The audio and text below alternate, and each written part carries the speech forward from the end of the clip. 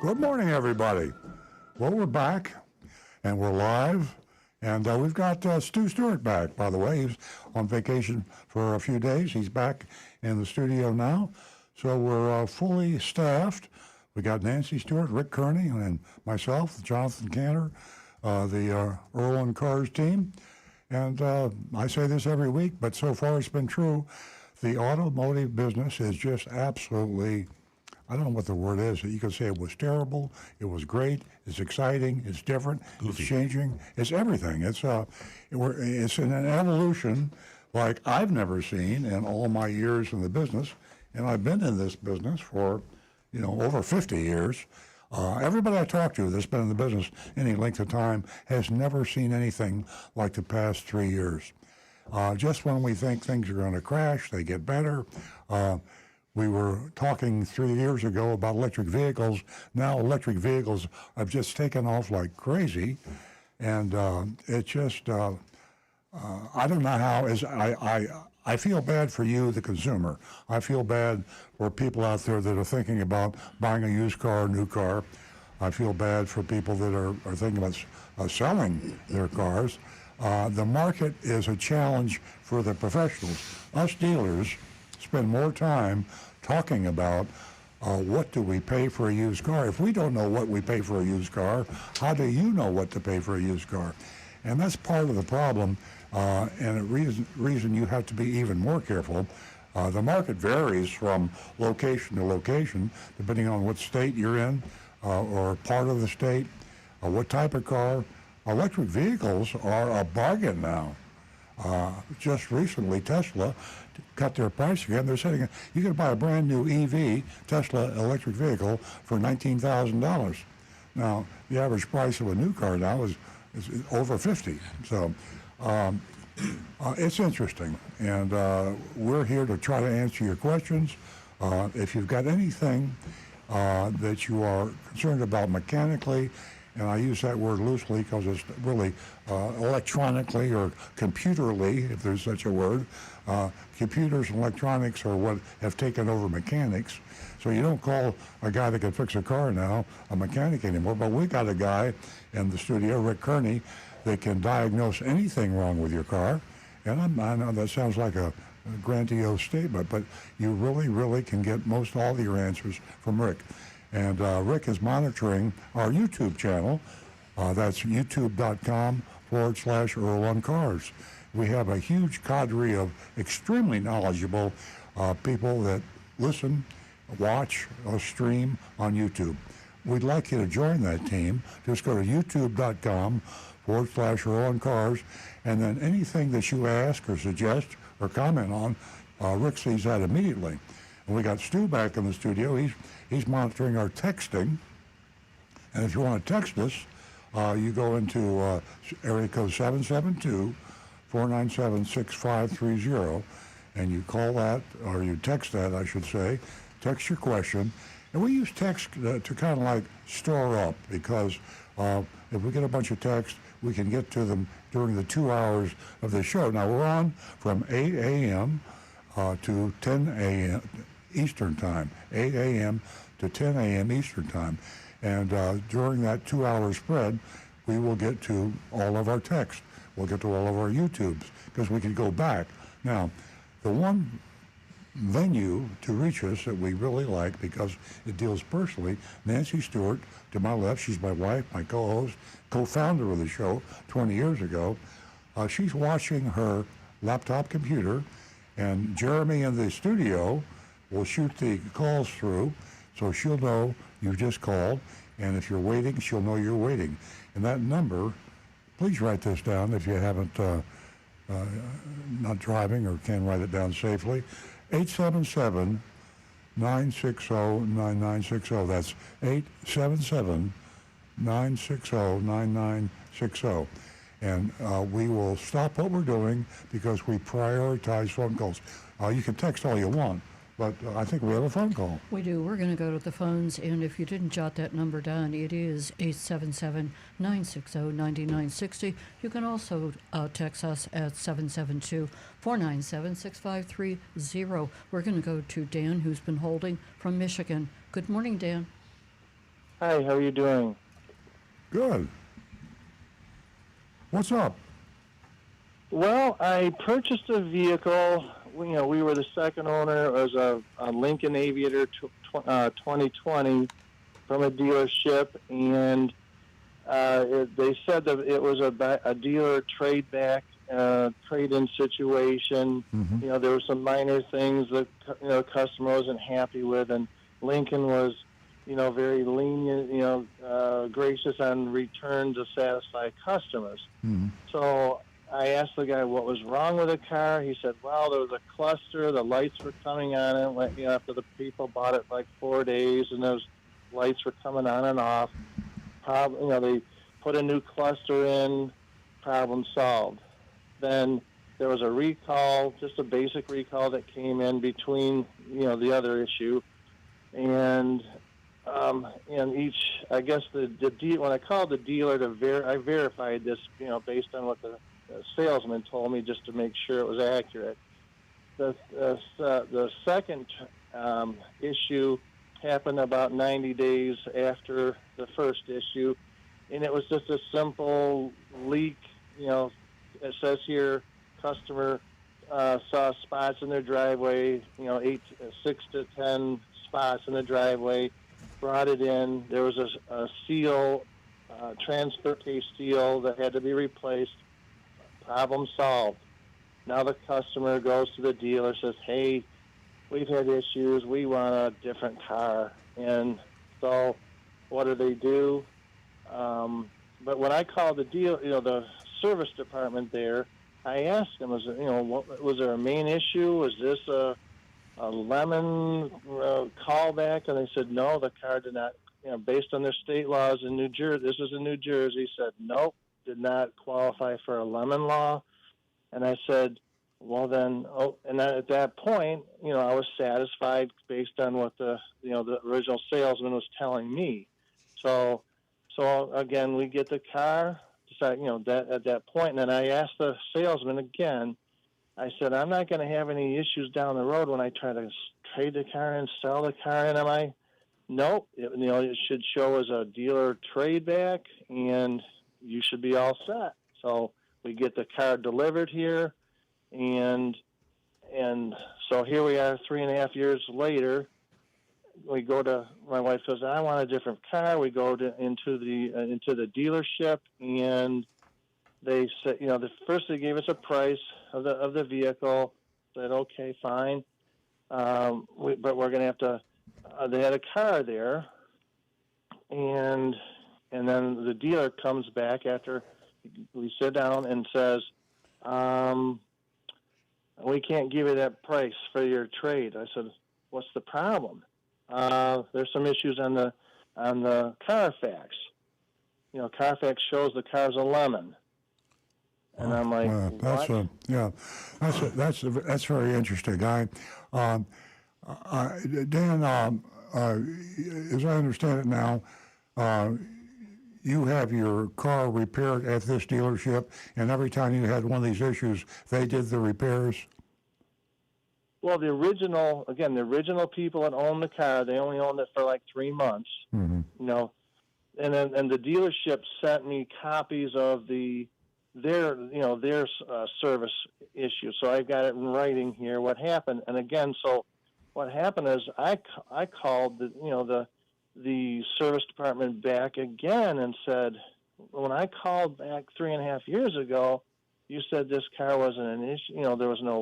There were some minor things that happened that were all taken care of. And they said, yes, that was. And I said, it's showing here at a Carfax that this is a lemon law. And they looked back, they looked again and said, no, this does not qualify for a lemon law based on our state. The car had this issue. They had the car in for 2 days. Dan,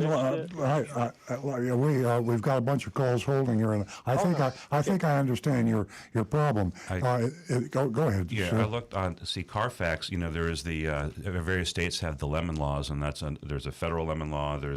And that's a specific procedure. Carfax considers a lemon if it has a substantial defect that the automaker can't fix. So it's I don't think they necessarily have to go through a this lemon law thing, but it actually says lemon. It's a lemon law vehicle on the Carfax report. Yes. That doesn't make sense. Yeah, because usually the customer has to go through a process of there's a mediation between the manufacturer and the dealer. Dan, Very odd. Dan, did you see the report or did you take their word for it? The original report you're talking about? When you went to get it appraised and they showed you the Carfax. Oh, I've got a You copy, got a copy. of it. Hey, is there any way you could email that to Nancy? You want me to text it or text it? Yeah, you can text it to the show number. Yeah. 877. See, a car is not a car is not officially a lemon law car until it has been arbitrated under the lemon law. These are state laws. Michigan would have one lemon law, Florida would have another lemon law. But just because You would participate in that. yeah, you'd have to. You would be a part of that. You would. Yeah, so you would have known about the. No. Yeah, And- so it is not a lemon law car. I mean, it may be qualify if you had filed it, but you'd have to actually go against the manufacturer, and you'd have to go through arbitration. You would know Right. that you've done that. So they're not excuse being me. honest with you about the car being a lemon law on Carfax. Well, we but need the- more information. Okay, Dan, it's Nancy Stewart. In order for us to clear this up, if you could send the information to either myself or text it on the text number that whatever's easiest for you. I'll give you my number, No, I'll just 561 text it to 561 386 6498. 498. Yeah, and just one thing. Again, the dealership verified this did not qualify. The service department there said this did not qualify for a lemon law. Well, the lemon. See that again. That's inaccurate information. They're telling you the wrong thing, either accidentally or on purpose. I'm not sure. But a car qualifies for lemon law, and the typical format is you in writing complain about an issue that the dealership was unable to fix, and it varies from state to state, but you return it twice, and if they still are unable to fix it twice, then you have, oftentimes through an attorney, you would file an official lemon law complaint, and then you would go to arbitration. The Better Business Bureau does it in Florida. Maybe in Michigan they have a different arbitrator, but it would be a matter of official record that you would know about. So the fact that they keep telling you, and they say this is not a lemon law, they don't know whether it's lemon law or not. The lemon law determines that, and if they've tried to fix it 3 times and they failed, by definition, it probably qualifies under the lemon law. So I think you're being misled by your dealer. You might have to get an attorney. But when we get this information, Yeah, let's clear this up, Dan, text us, and we'll text look me at it. that. No, I did contact Carfax and not heard back from them. So Okay, we'll get back to you. But we're going to have to jump to the right now. Yeah, we're going to have to jump to the next caller, but we'll get back to you with an answer on Hey, I that. appreciate this. Thank you very much. Thanks, Thank you, Dan. Have a Dan. great weekend. Thank you for calling. 877-960-9960. Text us at 772-497-6530. Don't forget youranonymousfeedback.com. We're going to Lance, one of our favorite calls. We have a lot of them, and he is a regular caller, and he's calling us from Earl, Tennessee. If you get a Carfax report and it comes back under the Big Orange Law, we buy them immediately. The Big Orange Law. We're not familiar with that in Florida. Earl, first of all, I've got you a little tune. I hope so. If you're sitting in jail and can't go far, listen in to Earl Stewart on Cars. That's right. We do have a delivery to the County Detention Center program. Lance, can you get some accompaniment on that? Maybe a guitar or a piano? I'd like to have a little music to my songs. Well, several of them haven't made bond yet. Earl, let me ask you a quick question about truth in advertising. Okay. I see a lot of low mileage cars where the dealer says in the ad, lease turn in, lease a former lease car. Mm-hmm. Is there any way that you can be sure or be assured that that is true, that it is actually a lease turn-in? Sure, all you have to do is look at the title to the car. You're buying the car from the dealer, and if he's selling you the car, he's got the title. He should have the title, and when you look at the title, it'll show the previous owner. And if it's a leasing company like GMC Leasing, or it could be, a bank leasing company, it would clearly be stated on the title. Okay. Hey, Earl, thanks a lot. I'm coming up with an album idea, best of songs from Earl Stewart on cars. Well, do I get a residual on that if it's a hit? I mean, what do I get a percentage? Well, I think we could mine it from all our shows. I think Jonathan could put together something. I guarantee you there's been singing. Not just Lance. You sang. We've all sang. We could do it. I'll tell you what we'll do, Earl. We'll trade you some bottle caps. Oh, there you go. Okay, we'll Just do like that. the old days. Oh, thanks. You're an important part of the show. Please call again, Lance. We love you. Have a great I weekend. missed you, Lance. Okay, folks, I'm going to offer that $50 for the first 2 new lady callers. First 2 new lady callers. You can win yourself $50 this morning. And ladies, I have to tell you that, we have more equal footing today. That's one way of putting it. And we've become a whole lot more knowledgeable, and for sure, we definitely are the financial foundation for these dealers, and we have a big representation from women. So please give us a call, toll free at 877-960-9960, and you can win yourself $50 this morning for the first 2 new female callers. Also, in the news, there's a whole lot of ways to save money. And what I mean by that, take a look at your insurance recently if you haven't. And you can check out Consumer Report, and you can find out the ratings that they have given these insurance companies. And did you know that USAA is rated 92%? 92%. They are at the top of the list for overall way satisfaction. They're much better. Number 2 is not anywhere near 92. Exactly. And I've never heard of number 2. Number 2 is the NJM Insurance Group. And, they could be in any part of the country, but they're rated 86. So if you want to update yourself on these insurance companies and the ones that are around that nobody has really ever heard of, you can do that by going to Consumer Report. That's consumerreport.org, I believe. Can anybody back me up on that? That's it. Okay. And also, what's really interesting is I have to share this before I go on. There's Allstate, State Farm, all of these companies that you know of that are rated so low now. So you need to do a little homework on that end You of it. mean I'm not in good hands with Allstate? That's right. Oh, God. The world is changing. Also, there's another way of saving money, and don't forget, incentives are back. They are back in full swing. Take advantage of it. You have to take control when you walk into the dealership. Find out what incentives are available and what you're entitled to.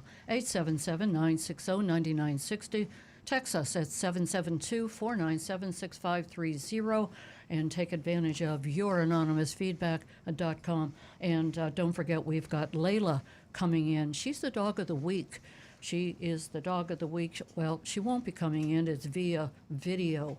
And don't forget that we pay all of the adoption fees. All of the adoption fees. It makes it so easy for you. We all work together. So you can stay tuned for that video just about, I'd say 9:20. Right, Jonathan?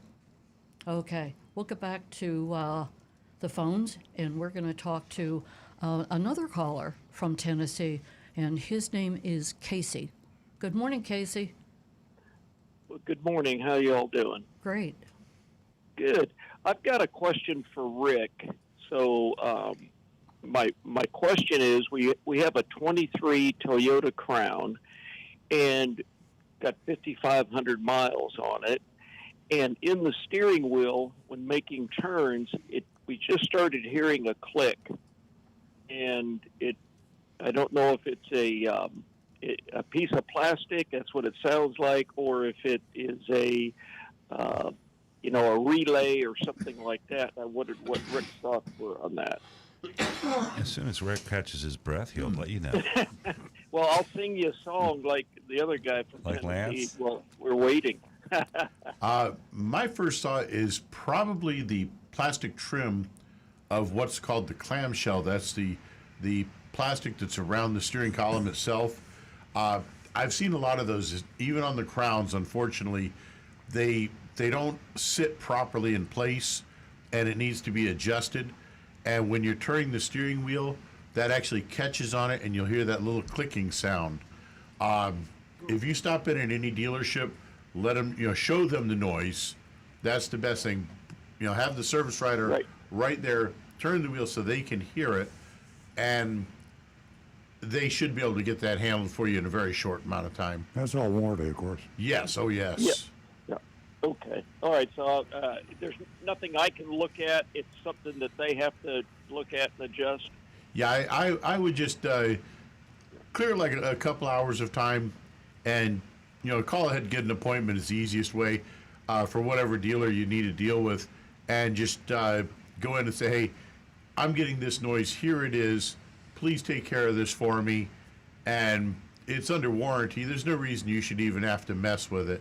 And they should make that right for you. You might even get them to loan you a car if they're going to tie it up for a long time. But Rick says it'll only take a couple hours. So. Mm-hmm. Yeah.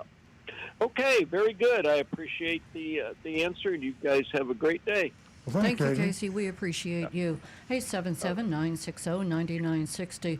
Let's go to Joanna. She is she has called before, and she's calling us from West Palm Beach. Good morning, Joanna. Yes, good morning. I have called in one other time before. I appreciate your show. What I was wondering is that the mystery shopping that you all do regarding the dealerships, do you have like a website on that? Do you keep a list of it for the public? Yes, we do. If you go to earloncars.com, we have the list is right there on the right side of the page. There's a bunch of links, and it's there. But you could also go to, but this is harder to remember, gooddealer.baddealerlist.com. It lists all the grades that we give to the dealers that we mystery shop, but there's also the archive is there as well. But it's easier to remember Earl on Cars. Okay, so it's earloncars.com. Yeah, Correct. That's all I wanted. I really appreciate that. I didn't know if you were legally able to do that or. yeah, and also Jonathan just pointed out that all of our shows are all archived on YouTube. So if you go to youtube.com/Earl on Cars, or if you just go to YouTube and search Earl on Cars, you can watch all the episodes, and each one has a mystery shopping report, so you can listen to it all over again or for the first time. Wow. And All right. Joanna, at Earl on Cars, you can take a look at a lot of stuff. Earl's column that he writes every single week. It's most beneficial for anyone who is looking to purchase a car, lease a car, everything and anything. So Earl on Cars, that's where I would go. Okay, great. Thank you guys so much. Appreciate it. Thank you for the call. 877-960-9960. And we are going to go to Dave in Palm Beach Gardens. Good morning, Dave. Good morning. First of all, I'd like to say you got to really be on your toes to buy a used car from Earl Stewart. I tried to buy a Highlander. The person before me bought it a couple of weeks ago. Went in last week, I think there were two RAV4s. Somebody just bought both of those. So anyway, I had a question. I don't know if this is for Earl or Rick, but there's a RAV4, and it's 2022, and it's got 15 service calls in 14 months. and only one of those services are oil registered as an oil change. The rest just say service, service, service for 15 times. And I'm wondering, doesn't that seem a little lot? I mean, it was like every other month, and it just seemed very strange that a car would be brought in that many times if there wasn't maybe something that was an issue. And this is while it was. We'd have to see the details, because a lot of times if it doesn't say what it is, anytime anything's done to a car, there's a repair order. So it could be a detail, it could be a car wash, it could be something in the body shop as well. To actually get the VIN number, we can actually look at it. Was it at our dealership or another dealership?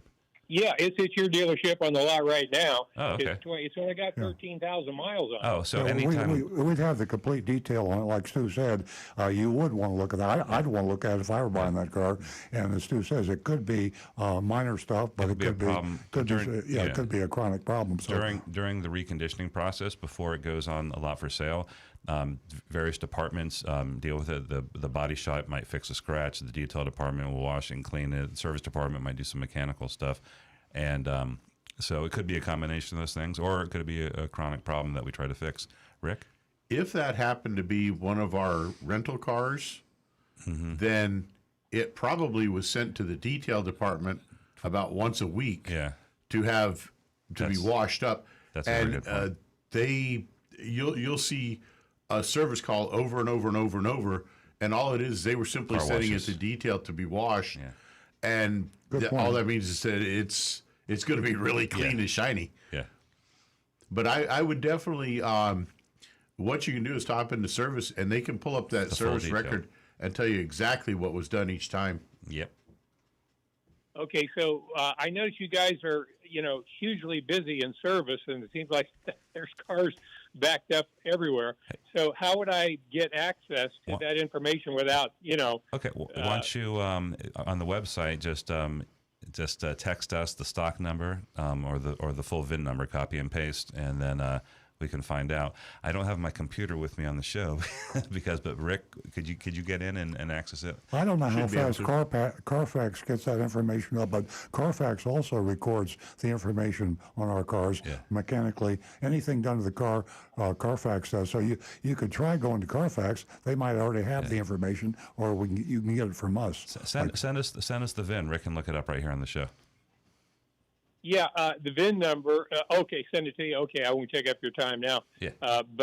It's online. It's the 2022 RAV4 white. It's only got 13,000 miles, and it just seemed like, well, why would someone trade in a car with only 13,000 miles at the 2022? Hey, real quick, and then you see those are all good questions. What's the stock Dave? number? Real quick, I'll tell you right in a second. What's the stock number? The stock number is. Right here, I've got it right here. Mileage 13,022. Where'd the stock number at here? Boy, it's a good-looking car here too. Good-looking RAV4 white one here. Stock vehicle info, model, VIN, stock. God. I'm gonna find it before you, man. Yeah, we don't want to hold up too long. We got other calls holding. We'll get that information. We've got the stock number is P12. That's the answer. It's a rental car. We purchased it from our rental department, so it was not a trade-in. So it was a vehicle that started with us, and we're selling it. So, but I'll look it up and we'll read it later on the show. Keep listening, and we'll say what was going on with it. Thanks a lot, Rick. I really appreciate it. You got it. That was Stu. All right. Bye. 877-960-9960, or you can text us at 772-497-6530. YourAnonymousFeedback.com. Ladies and gentlemen, heads up, flood cars everywhere. Beware. If you've got a mechanic that is faithful to you, you can take that vehicle to them to check it out because, like I said, warning, flood cars are everywhere. And there's some, there's some telltale signs that you yourself can pick up on. And one of the biggest ones is that musty odor and watermarks and rust marks and mud and debris, electrical problems. your headlights could be discolored or foggy. So make sure that you are aware of all of that before you purchase anything today. 877-960-9960, and text number is 772-497-6530. Ladies, $50 for the first 2 new lady callers. Now back to the recovering car dealer. Well, we got a lot of stuff to cover. There's something in the automotive news I got to share with you. You've heard me say on the show many times that the F&I department, the finance department, sometimes called the business office, is the most profitable department in a car dealership. You think they made a big profit when they sold you the car. You ain't seen nothing yet because the biggest profit is in finance.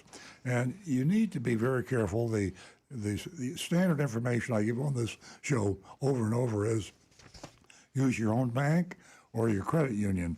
Get your own financing. Try to avoid dealer financing. Now, there are exceptions to that, especially when it comes to financing by the lender for the dealer. They sometimes have finance specials that are quite good. But rule of thumb, use your credit union first and then your bank. You get a better finance rate.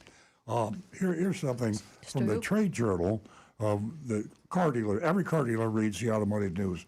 Every manufacturer reads the automotive news. And here's an article in there from a company that is talking about how dealers should hand off sales to F&I. Now, I love this. I hate to read things, but I'm going to read this to you. This is what the finance company who is working with the dealer to make an average of typically $2,000 on every new car they sell, how to do that. You greet the customer. Mr. and Mrs. Smith, I'd like you to meet Natalie Davis. These are made-up names. Our business manager. That's the F&I manager. She'll be completing the rest of the process with you today, Natalie. This is Mr. and Mrs. Smith. They just purchased a new Honda Civic. And they go on to say, you'll be in great hands with Natalie because she does an excellent job and is very efficient. Natalie is going to share with you some valuable ways to protect your vehicle. And then it says, if the salesperson has a service contract, they would add, I actually have a vehicle service contract myself to end the speech. So that's called the setup. And that way, you think you just bought the car, you think you've paid your money, you think it's all done and you know the price. Well, the biggest money is about to hit you in the face in the F&I office. So I just want to warn you again, use your credit union, use your own bank. And if you want to shop and compare price of finance costs and interest rates with the dealer, that's fine. But as I say, if you've got reasonable credits, you're going to do just fine with your own bank. Yeah, go in there, not naive. Rick has looked up the service history on the vehicle we just talked about, the one that was the RAV4 that we're offering for sale, and our suspicions have been confirmed. A bunch of car washes, about every other week or so, every 10 days. We have a description on our detail. It says, wash, vac, windows, Earl Stewart rental car, and that occurs about 5 times on this screen. That was only some of them. That was some of them, yeah. It was a whole bunch of them. So, yeah, that's good to know. I wish more people would ask about that because I wonder how many people see that and go, uh-oh. Yeah, and it makes me wonder if there's not a better way to deal with that. In other words, there should be a separate category for that so that, if you have a car that's been in for 25 times for the same problem, chronic, serious problem, or you had 25 car washes, I mean, there's a big difference. So there should be categories when you're looking at that list. Is there any danger of washing off the paint with that many car washes? No, but you got to wax it. It's gonna, and that's what we do before we put it on the lot. So there you go. Hey, I have a text from Anne Marie, and I missed her a lot when I was gone. You ready? Emery says, good morning. I've read conflicting viewpoints on the internet, so I'd appreciate your expert opinion on if or when, and this is probably for Rick, if or when it's appropriate to get an injector cleaning. Let's take, for example, a 10-year-old four-cylinder Camry with 94,000 miles on it that has always received its routine maintenance and uses top-tier gas. Let's compare it to a 3-year-old four-cylinder Camry with 30,000 miles on it that also uses top-tier gas. Let's assume that neither car is exhibiting any decline in performance or mileage when is an injector cleaning needed, or when is it, as the internet calls it, just a wallet flush? All the time. Huh? All the time? Yeah. It's a wallet flush. Oh, okay. Yeah. Yeah. Hey, so I like It's- that. I it's like that. I like that. it's Wallet flush. Very good. hungry- 'Cause you have hungry checks. transmission flush, radiator flush, wallet flush. All under the category of wallet flush, of course.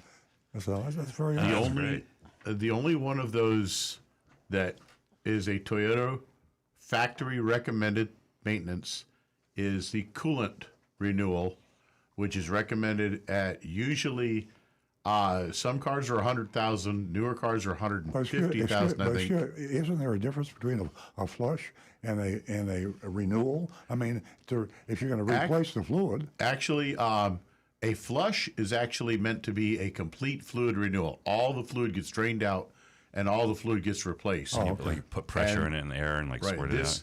This came from way back when transmissions we used to do just a drain and refill, and you were only replacing about 4 quarts when the transmission actually held 12 to 16 quarts of fluid.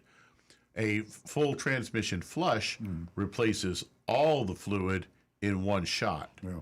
But the factory recommended maintenance only calls for a coolant renewal or a coolant flush, and then it's only at 100,000 and then every 50,000 after that. the only good flush is when you're playing poker. Just remember that.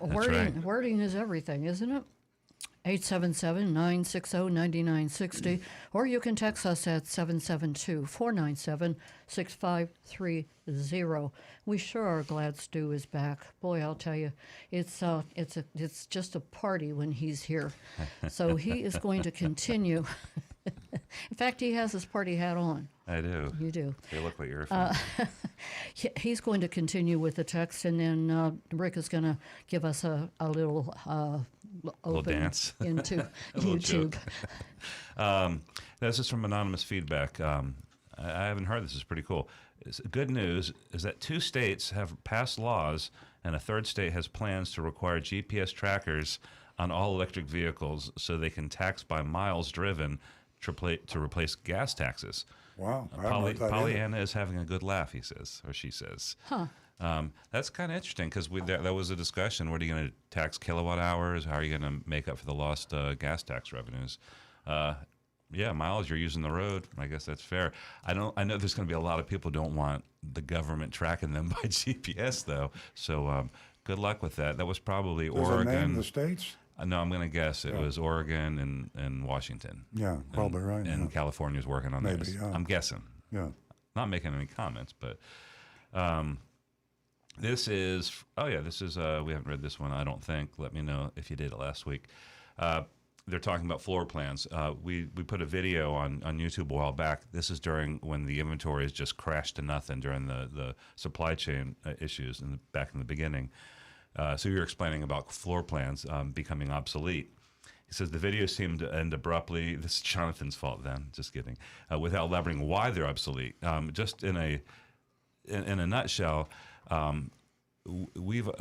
dealers don't buy the cars directly from the manufacturer. They have a loan. It's kind of like a standing loan, and they basically use They this buy loan. them, but they borrow the money. Yeah, they borrow the money to buy the cars from the manufacturer, and they pay. Hopefully, if they work very hard, trying to get it as low a rate as possible. And we had it for a long time. We have an extremely low rate. Well, the whole world had low rates, but our low rate was really low. Yeah. But even back then, with the inventories that we carried, 500 cars plus, we would pay $50,000-$60,000 a month just in interest, just to have these cars sitting there. When we went down to having no cars or 3 cars, you could now imagine that expense evaporated completely. And so that was another benefit that dealers aren't telling you. They're making a lot of money selling the cars, but a lot of their expenses came down by having not carrying so many vehicles. Yep. So that's the answer to that. Great information. Yeah. Caught up? Oh, great. Before we go to Rick, we're going to go back to the phones, but I am going to remind the ladies this morning to please give us a call. First to new lady callers. You can win yourself $50. And remember, ladies, as I said earlier, we're a big part of the auto industry, and from a Harvard Business Review, I shared this with you last week, the market financial power, and for the dealers not to recognize this, it is a financial disaster for them. Okay, we are going to go back to the phones, and we're going to talk to our favorite person, Marty. Good morning, Marty. Good morning. How's everybody doing? Great. All right. One thing when Nancy said earlier, she said that dealerships are now discounting cars. I got an email from JM Lexus, and they said this was only good yesterday, so I missed the boat. They were taking $500 off if you bought a Lexus yesterday. Wow. JM? So, JM Lexus. So that I missed it because I was eating lunch, and I wouldn't go over there for $500. So instead of them making $5,000 on a car, they were only willing to make. Yeah, I can't believe that $500 off a Lexus is like a drop in the water. I'm also confused because that doesn't really sound like gimmicky, like something that they would do. So I'm inclined to think it was legit. It was only good yesterday. Well, they might have had a good reason. I don't know. Yeah. Secondly, some lady, I was looking at the chat, she said she ordered a RAV4 Prime in July. I assume she meant July of last year. Yes, July of 22. Oh, that was the text? That was Regina. Yeah, okay, so that was... Yeah, I wanted to say, that is literally the hardest vehicle to get if you're trying to get a Toyota. I just ordered a 24 RAV4 Limited. Yeah. I was told I have to wait at least a year. Luckily, that doesn't faze me. But this lady has got to wait. Yeah, and as far as the VIN number, Rick probably let you know, you don't until they build that vehicle or are just about to build the vehicle, and that's less than a couple of months before they'll actually get it. So. Right. And then the third item I just want to go quickly is when you go into the finance office, what I do wherever I ever bought a car, I tell them no, no, no, no. I initial all the paperwork you need and leave as quickly as possible. Mm-hmm. Because, as Earl said, you can really get screwed a lot in the finance office if you're not careful. Mm-hmm. Yeah, you're absolutely right.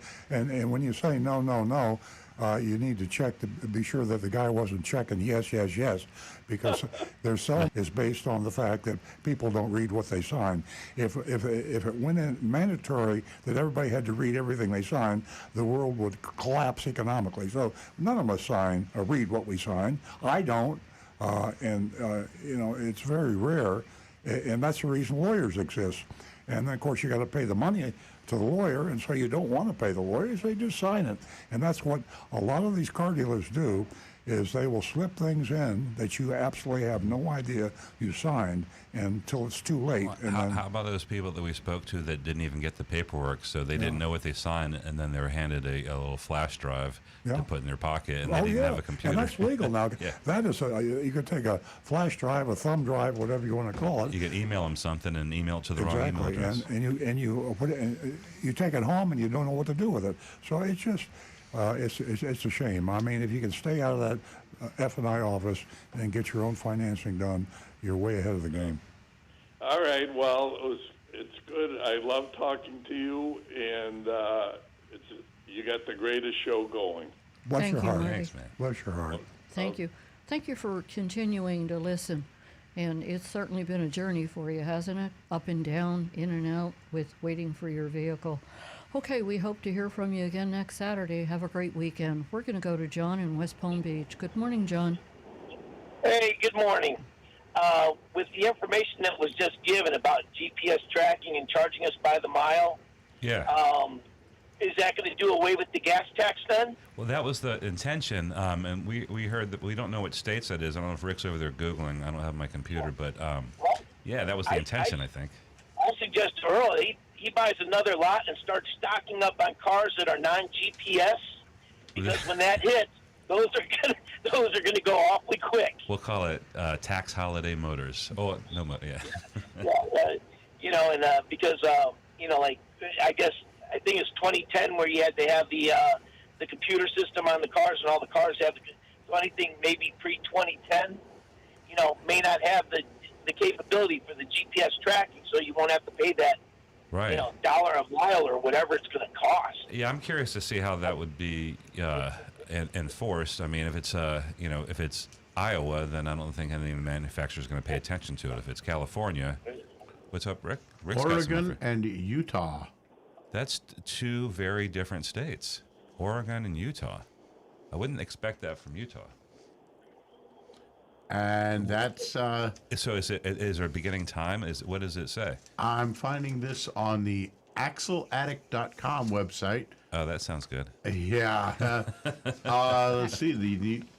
I say nobody said they actually have done it. They're considering it. Okay, it's under consideration. It's considered in an effort to fairly fund road maintenance. States are introducing GPS trackers for EVs, aiming to track miles driven and impose a per mile tax. All right, well, there you have it. I guess, I mean, trying to figure out what to do with it, but interesting to see how that plays out. However, I do know that some states have an increased registration fee for electrical vehicles. Yeah. Right. I saw that was in California. To cover those lost gas taxes. Right. I think that seems to be more of a less intrusive way. I'm not one of those privacy nuts. I know you're not either, but I'll tell you one of the things that's going to work against this attack on electric vehicles is the fact that electric vehicles are already dead. I mean, I don't mean that literally, but they're backing up on dealer lots. Yeah. Electric vehicles, and they have a huge supply of unsold cars on dealer lots.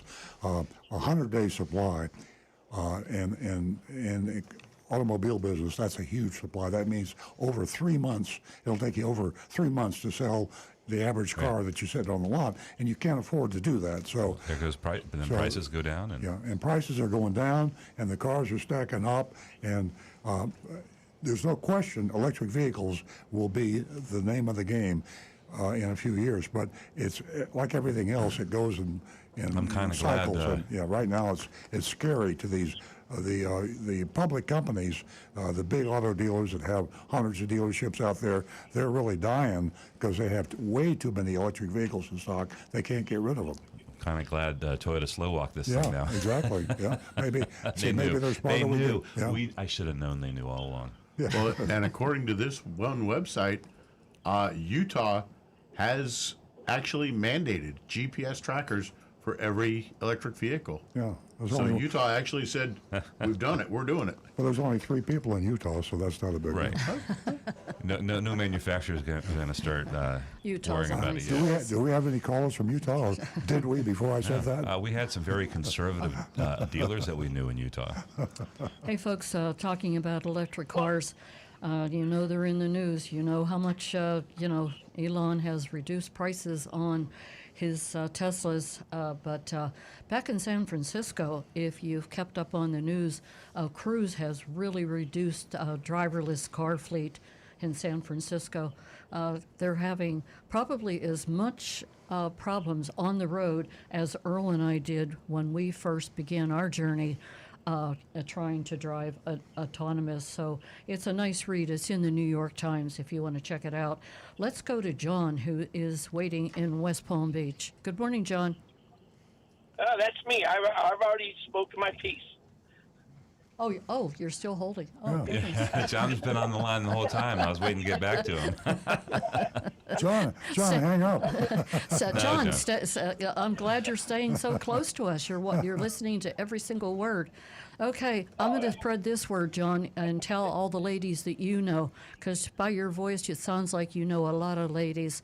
Tell them the first 2 new lady callers this morning, they can win themselves $50. $50. They can give us a call, say hello, or share an experience with us in purchasing, leasing, service, anything at all.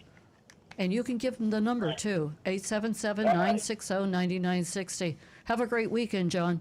John sounds cute, Nancy. Thanks. Okay, what about Rick? Do you have anything? I'm sorry, Rick, we got to put you on hold. We're going to talk to Bob in Lake Park. Good morning, everyone. Welcome back, Stu. Thank you. I got a question for you, Stu. All right. What color has depreciation, the least depreciation? Well, I would guess, I don't have any real resources up in front of me right now, but I'm going to guess silver. No. White. No. That's got probably the most. It's yellow. The best resale value? Depreciates, right? The least depreciation. The least depreciation is yellow. That's probably because there's only one yellow car in existence, and it's some expensive Corvette that you can't get. Absolutely. Bob, I'm going to challenge you on that. I don't believe it. Because I know that was Earl used to stock yellow cars in the lot because nobody wanted them, and so he would have a special on it. Take the air conditioning out and call it the Earl the Stewart special or something. Oh boy! And that was like 100 years ago, though. Well, it's because they don't produce that many yellow cars. Yeah, and so if I was thinking if they are, it's usually going to be on like it's going to be on like on a McLaren or a Corvette. Well, wait a second. You sell a yellow car, right? Do we now?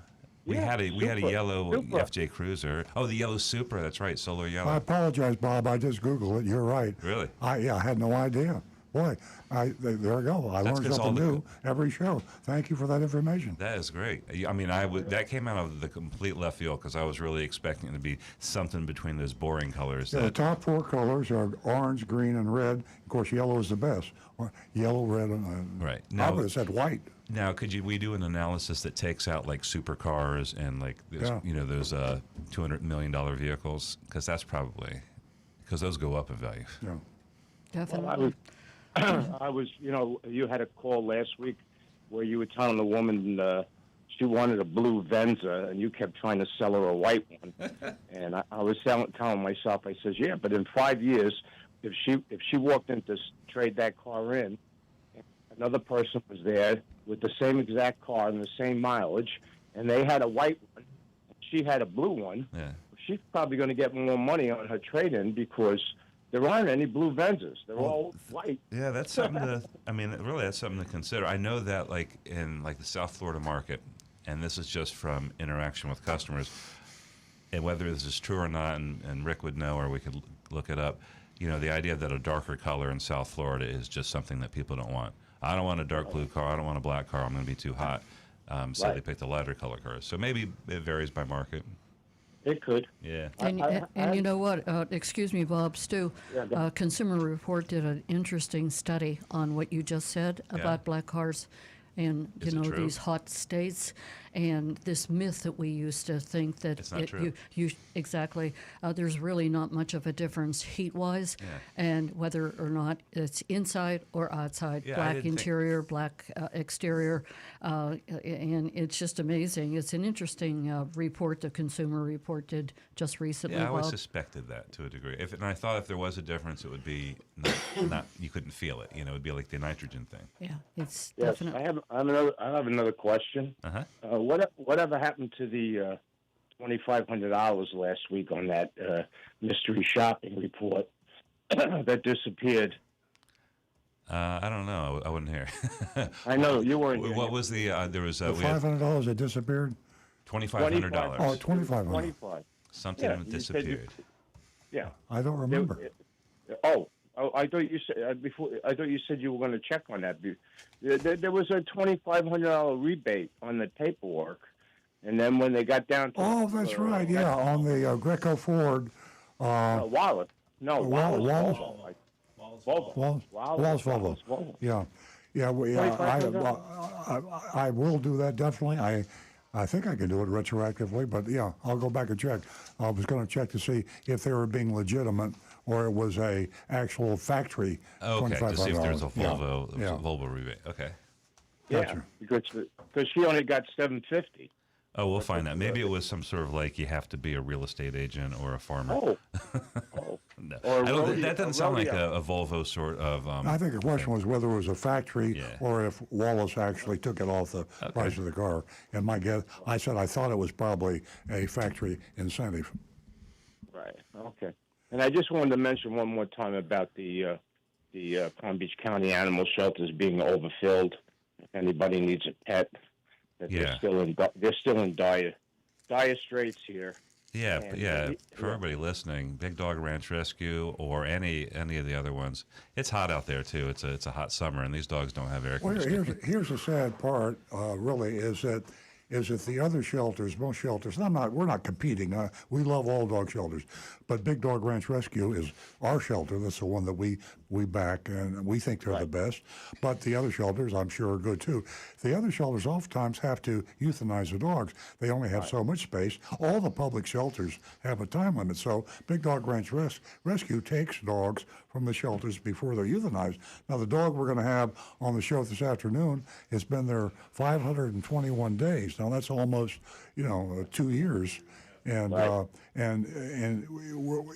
dog can live there the rest of his life if we want to. But we need to find homes, because if they stack up, all we can do is be a storage place for doggies. We want them to have a nice home. So that's the reason that our heart is with Big Dog Ranch. The only place where you can live, if you have to give your dog up, don't take him to the county shelter. Take him to Big Dog Ranch, because this dog will live a long life and hopefully find a happy home. Right. Well, I heard Furry Friends is no longer taking in any animals because they're full. Yeah. And they said that adoptions have dropped off severely. And I think I spoke to Nancy about this last week. You did. And I think another reason is a lot of people are getting evicted from their apartments because the rents have gone up so high. And when they get evicted, they surrender their pets. Well, not only that, Bob, but, there are some pet owners that have gotten older and they simply can't care for their pet any longer. That's true. And it's really sad for them to part with their pet, really sad. And they really want to put this pet, it's like their child. They want to put it somewhere where they know it's really going to be taken care of. And as you said, I think it was last week, what does it cost to feed an animal today? The price tag on that is much different than it used to be, and so many other things to have a pet. It's costly. Right. Well, Peggy Adams has a program for people that are senior citizens that it's not inexpensive. I think it's something like $24,000 or $25,000, and you get older if you pass away and you have pets. They will take the pets and they will do all the medical care on them and find them new homes. It's a good thing. They have a program for that. Yeah. All these places are really trying to help out, the public, so that they can, get some of these dogs out of these shelters. And you made a lot of good points last week. I do recall, your phone call. Yes, and I did do one other thing. I'm still shopping around for auto body work on my car. I've been to a number of places, and that was not a good experience. Okay. We can't vet these. There was a couple of different places numbers that we gave you last week. Right.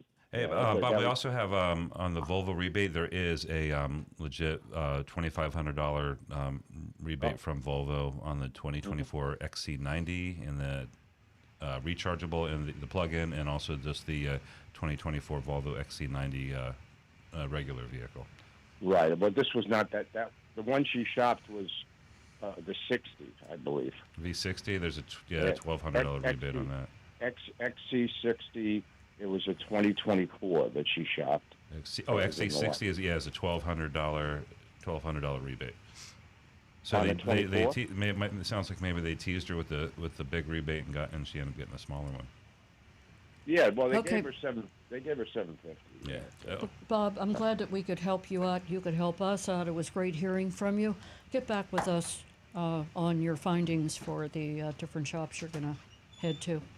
Okay. Thank you very much. You guys have a great weekend. Thank you. You do the same. 877-960-9960. And you can text us at 772-497-6530. Ladies, give us a call, toll free. Please. You can win yourself $50 this morning. First two new lady callers. We're going to go to John in Stewart. Good morning, John. Good morning, everyone. Welcome. Thank you. I have a question. Well, I got a good thing to say first. My brother-in-law I just drove him down, or rode down with him to pick up his RAV4 hybrid, and he from you guys, and he loves it. And then he had a 2012 Nissan Altima 2.5, and you guys were going to give him $1,000 for something. So he thought that was too low, so he wanted me to buy it. So I bought it. I drove it for 1 week, and the air conditioner is not working. Oh. So yeah, I know. And I was driving my wife to the airport. It was like 90-some degrees. It was terrible. Oh. But anyway, so I'm going to ask Rick. My brother-in-law thinks it's some kind of magnetic thing that when you you turn on the air conditioner, the thing hits over in the belt fully. It's going because the compressor is not running. The magnetic clutch on the compressor. Yes, sir. Right. That's exactly what he thought it was. And I was just wondering what would be a ball. I got it right here at Firestone right now in Stewart, and they're going to look it over. What would be a ballpark price that would be within reasonable and not? Do you have any idea on that? If it's just the clutch itself that has gone out, you'd probably be looking at somewhere around $500 to $600. If it's the compressor, double that. And, so it's between $500 and probably $1,000. Well, $500 to $600 if it's just the clutch itself, but if it's actually the compressor itself has quit, it'd be double that. And John, get a couple of bids. I mean, I don't care if you take it to us or somebody else. When you're spending, when you might be spending over $1,000 on your car, don't ever just take the first bid. You go to 3 different sources. I've included independent shop and dealership shop, and but you get three bids and let them know you're going to be getting the bids, because it makes them sharpen their pencil every time they give you the quote. If you just say, okay, fix it, then you better hide your wallet, because they're going to be after a lot of money. But say, listen, this is a lot of money for me. Give me your best price to repair this, and I'm going to take it to 2 other shops and compare their prices. That way you'll get the best price. Yep. Yeah. Okay. Good. Yeah. Because that's what I usually do. Yeah. But does he think if it's like if it's a compressor, does he think I had to spend $1,000 on a $1,000 car? I mean, No. That's No, you don't want to do that's what that. I'm saying too. Okay. All right, guys. If it was a Paul, it'd be okay. Mm-hmm. I mean, because I don't have to have it every day, but now I do. So, okay, guys, have a great day. I really enjoy your show. Thank you, John. Have a great weekend. Okay, Rick, do you have anything for us from YouTube? Earl, do you have ants in your Tesla? Ants in my Tesla? I don't think so. This is coming from I got ants in my One. pants, but I don't have ants in my Rick, Tesla. as long as Earl and I are driving the Tesla, there are nothing of the sort. Well, Never, ever. This one But is there's coming ants. from Negan One. I'm sorry to interrupt you. There are ants in so many people's cars right now. It's incredible, and I've been asked that over and over again. Apparently, especially in the southeast, there is a certain type of ant called a black raspberry ant. That's it. Never even heard of it myself till now, but Sounds pretty good. they like the charging ports, and they will literally collect thousands of them right in the charging ports, especially on Teslas. Apparently, it's something to do with the high voltage electricity creating a magnetic field that these ants are drawn to it. All right. Are they electrocuted? I don't think so. Oh. I think They become more powerful. They literally, it causes them to grow faster and to multiply quicker.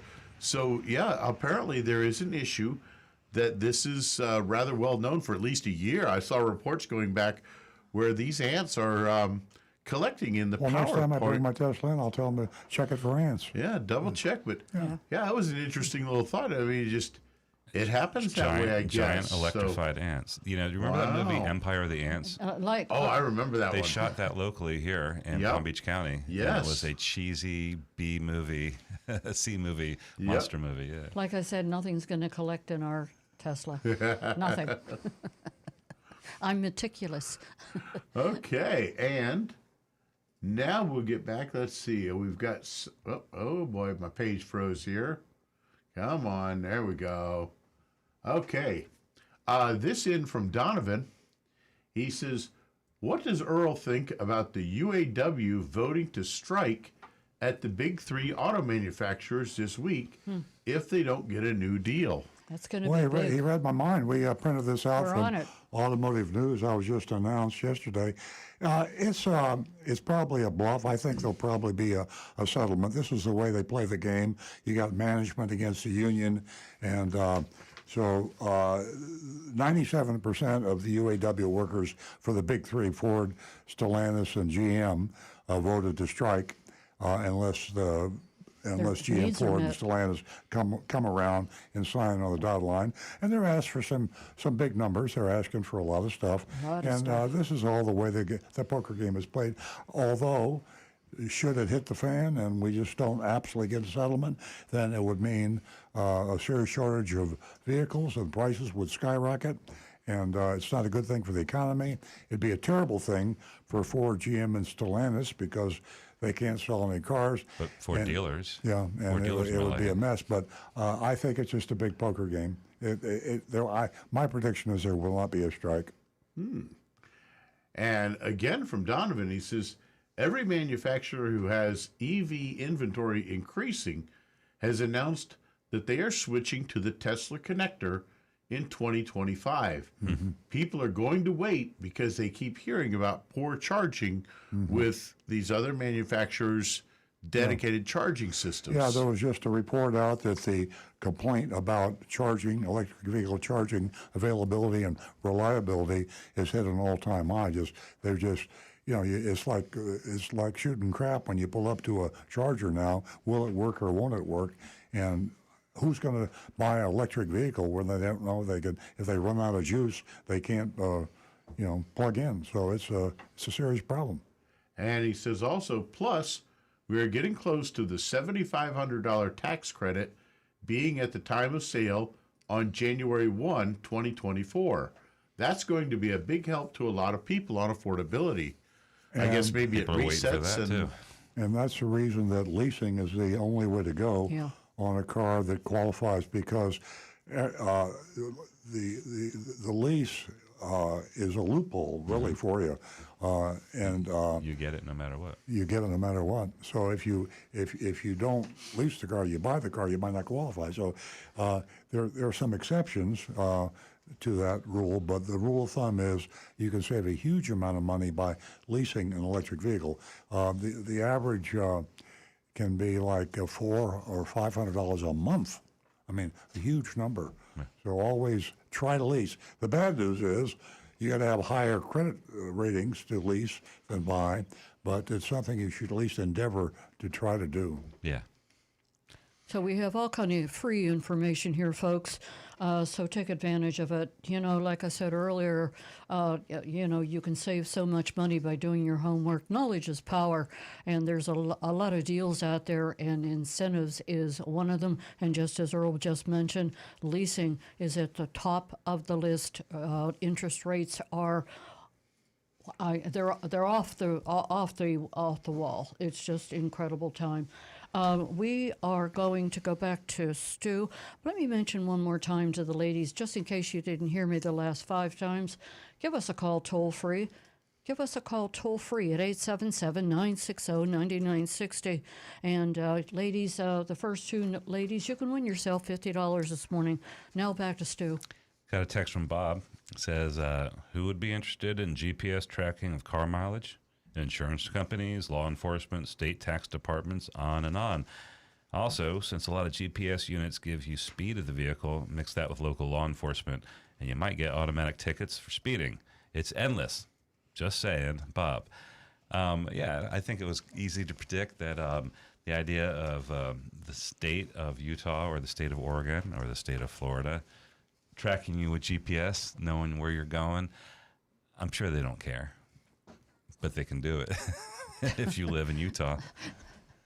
I mean, that's kind of crazy. I mean, I guess you can say is don't break any laws. Don't Well, speed. you know, I forecast this whole privacy thing is going to crash and burn because it's going to be literally impossible to maintain your privacy. Right now, I mean, I can track Jonathan's car. All I have to do is slip a, what do they call them? Yeah, air tag. Slip an air tag, underneath his wheel well, and I know wherever he goes. I mean, it's so easy to track people that I think you just relax and assume you're being tracked. Right. Except Jonathan would know that you're tracking him because he would. His system, he'd pick that up in an instant. He would, yeah. Got a text here from You'd John. have to pick another victim. John says, this is for you, Earl. Good morning. Been watching the show on YouTube. Heard about the insurance part of the show. My question is, why is my insurance giving me a quote on aftermarket parts instead of original parts for my car? I was involved in an accident. Is it due to original parts being more expensive than the aftermarket parts? Bingo. It's one of the most disgusting, disappointing things that happen is that our government, who was supposed to protect us, National Highway Traffic Safety Association, you name it, the aftermarket parts are not crash tested. So if you have a car and you wreck your car and you need a new hood, a new bumper, any of the parts that come in contact when you have an accident, the insurance company will insist on aftermarket parts. They'll buy them in Taiwan or some other place. They save a huge amount of money over what the manufacturer of that car's parts would be. They call them OEM parts. Now, you might go to the manufacturer and say, why are you hosing people by charging so much for your original equipment parts? Well, that's another discussion. But the fact of the matter is, I want to repair my car with a hood that has been passed the safety test by the National Highway Traffic Safety Association. And if the front end or side test, or if it's a door or it's a rear bumper, if it hasn't passed the crash, why do you allow, and I'm speaking to our government now, why do you allow insurance companies to put on cheap parts? They might look good. In fact, they brag about their parts. They say, all of our aftermarket parts have been tested by so-and-so. But you'll never see them say they were tested by the government for safety, for impact, for rollover, for front-end. They're not tested for those. They're tested for, I guess they don't rust, or maybe there's certain other criteria, but they are not safety tested. That's been going on for a long time. We brought that up. We used to 10 have years ago. Our body shop manager on the show, and that would come up often because we would have to fight at our collision repair shop. We would have to fight the insurance company and we'd have to cut our prices and argue and stick up for our customer to get a original equipment part because they pushed and pushed. And a lot of insurance companies wouldn't do business with us because we insisted. I think didn't some insurance companies offer that it's an upgrade? Yeah. You pay more and you can get that sort of thing. Got a text from Roy in Denver. It's an article. Texas, as of on September 1st this year, so next week, Texas will be among 33 states that are taxing EV drivers. So Texas is going to pay $200 a year. Citizens or purchasers in Texas of electric vehicles have to pay $200 a year to drive it. And when you buy a new one, you have to pay $400 up front. And that goes with the registration fees and additional to the usual fees. So there's 33. So the majority of the states are taxing EV owners, and it seems like a reasonable. I think that's a more reasonable way than the mileage thing, but we shall see. Yeah, it bothers me in a way because they're screaming and hollering about clean air and the carbon footprint and all this stuff, and to penalize a person because you decided to take that step to lower the carbon footprint, and I don't think anybody's arguing about global warming anymore.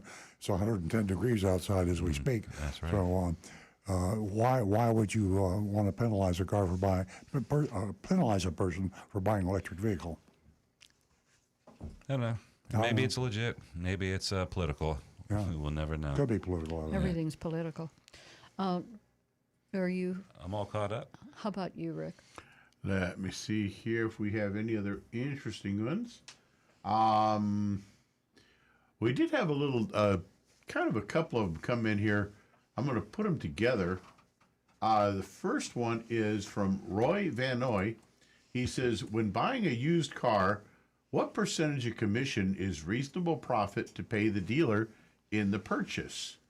And Tom Steckel actually had come up to help him out with this one and said, don't worry about commission. Always seek the most competitive out-the-door price for any car. And at the same time, Prashanta Laddu said, I have a question about out-the-door pricing. Once we get the best out-the-door price from multiple dealers, should we then try to get them to remove the ridiculous junk fees, or is the best OTD price going to include all those fees? Well, the purpose of getting the out-the-door price and comparing it against several dealerships is so you don't have to get in an argument about the add-ons. If a dealer wants to say he's got paint sealant and pinstripes and dealer fees, I don't care if that's the lowest out-the-door price. Once you start playing their game, which is arguing about junk fees and all the other garbage, the addendum labels. Once you get there, you're playing on their turf. They'll outsmart you. But if you just hold on to your one thing, the exact same car with the same MSRP and the best out-the-door price from 5, 6, 7, 10 dealers, the best out-the-door price, you're the winner, and you don't care what he calls the profit that he took out. If he wants to take his profit in, his junk fees, take it in as dealer addendums or dealer installed accessories, that's up to him. You just want to write the check for the lowest amount of money. Do you think it'd be worthwhile to try going back to other dealers and say, hey, dealer B just gave me this price, can you beat it? If you've got a lot of time on your hands, I would say no. I think your strongest way to do that is guarantee them you're not coming back. They don't want to give you an out-the-door price because they know you're going to shop and compare that price with other dealers.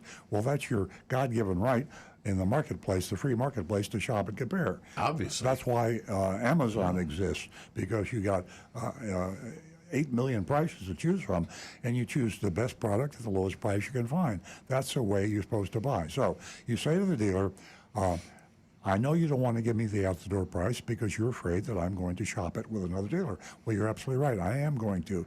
If you don't give me that out-the-door price, then there's zero chance of you selling me a car because you'll never see me again. So you have to be true to your word.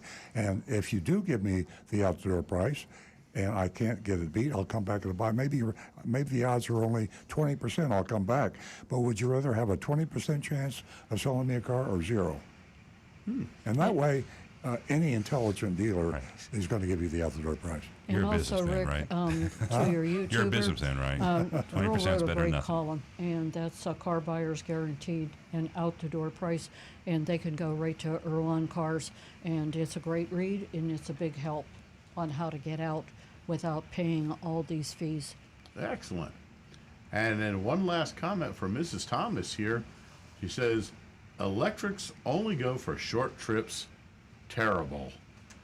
And there is that factor, but if you figure that you've got an electric car that, say like the Tesla Model 3, I just happened to look at that earlier today, and the extended range on that one is about 330 miles. It's like a regular car. So figure if you're going on a trip, you're going to drive about 300 miles in that car, and it's going to need to be charged.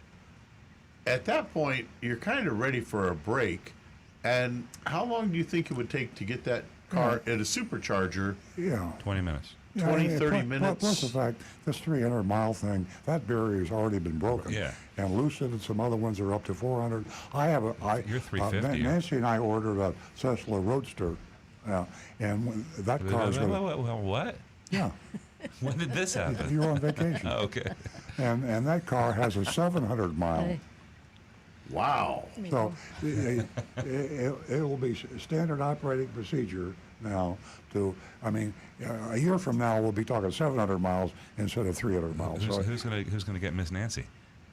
Who's gonna get Miss Nancy the I Model don't S? know. Miss Nancy. We might keep her out of sentiment. Okay. I'm up for an electric car. I was going to say my wedding anniversary's coming up. Who? Rick's got present time coming up. That's right. Well, we're coming up on, if you can believe it, 2 years that we've had the Tesla. Wow. 2 years. Yeah. Yeah. We celebrated over the weekend. A 700-mile range on the Roadster. On the Roadster. It's considerably lighter. It's a smaller car. Yeah, and it's faster than the Oh, Plaid. really? And Does it fly? Oh, yeah. a quick note here from Donovan. He says, short trips, tell that to me as I'm driving to New York City from South Florida multiple times a year. Wow, it's Donovan. happening. Donovan's all about the electric, so he's And he knows He's what on he's board. doing. And then the Toyota announced the solid state battery thing that they're going to hopefully have on the road. They said by 2025 or 26, and that has a 900-mile range, right? You know, one thing that I never understood why I caught on is in Israel when EVs were first around, they came up with a really cool system. Is that you just swap out batteries. Yeah. When you buy the car, you don't own the car. You don't own the battery. Right. You're leasing it. So you swap. So every time you want a car, you just pull into a battery station and they flop it out. It's like 5 minutes. You drive over something. It's probably automatic. It just drops in Yeah. on the thing. And to me, that's the way to go. I mean, it'll work with longer range or shorter range. I mean, but there is no limit on, just swap it out. Wow. Okay, folks. Well, first of all, Stu, Rick, do you have anything for me? I'm all caught up. I'm kind of excited to see the dog video. I want to see Layla. Okay. What were you said yes? Just Johnny Fradley saying, Earl pimping in a roadster. Well, I thought about that. I know I can get in. My problem is getting out. Well, yeah. No, he said pimping, not limping. When you get out, you're going to take a few moments just to stretch. I mean, I little funny think from, the quarter mile Stu. time is like 8 seconds. I mean, it's some crazy Wow. thing. It's just You'll never be late. yeah. We'll put springs in your shoes. Folks, we are going to be taking a look via video of Layla.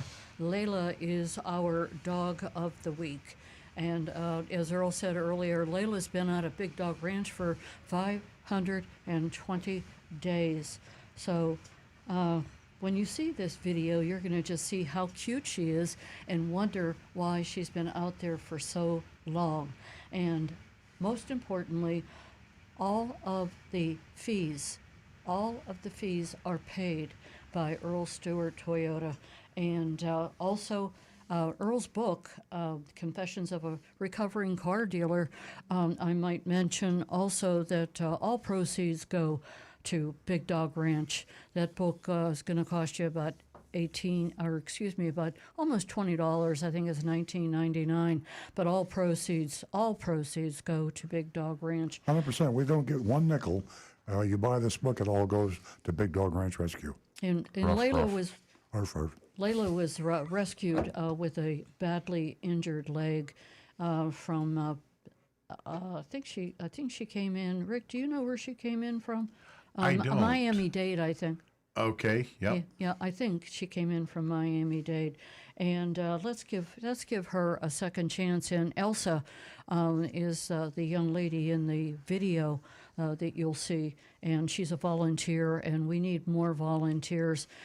So you can go to Big Dog Ranch Rescue.org, and you can not only take a look at all the dogs that are up for adoption, but you can find out how you can volunteer. So with all of that said, we'll go to Jonathan, who run the video.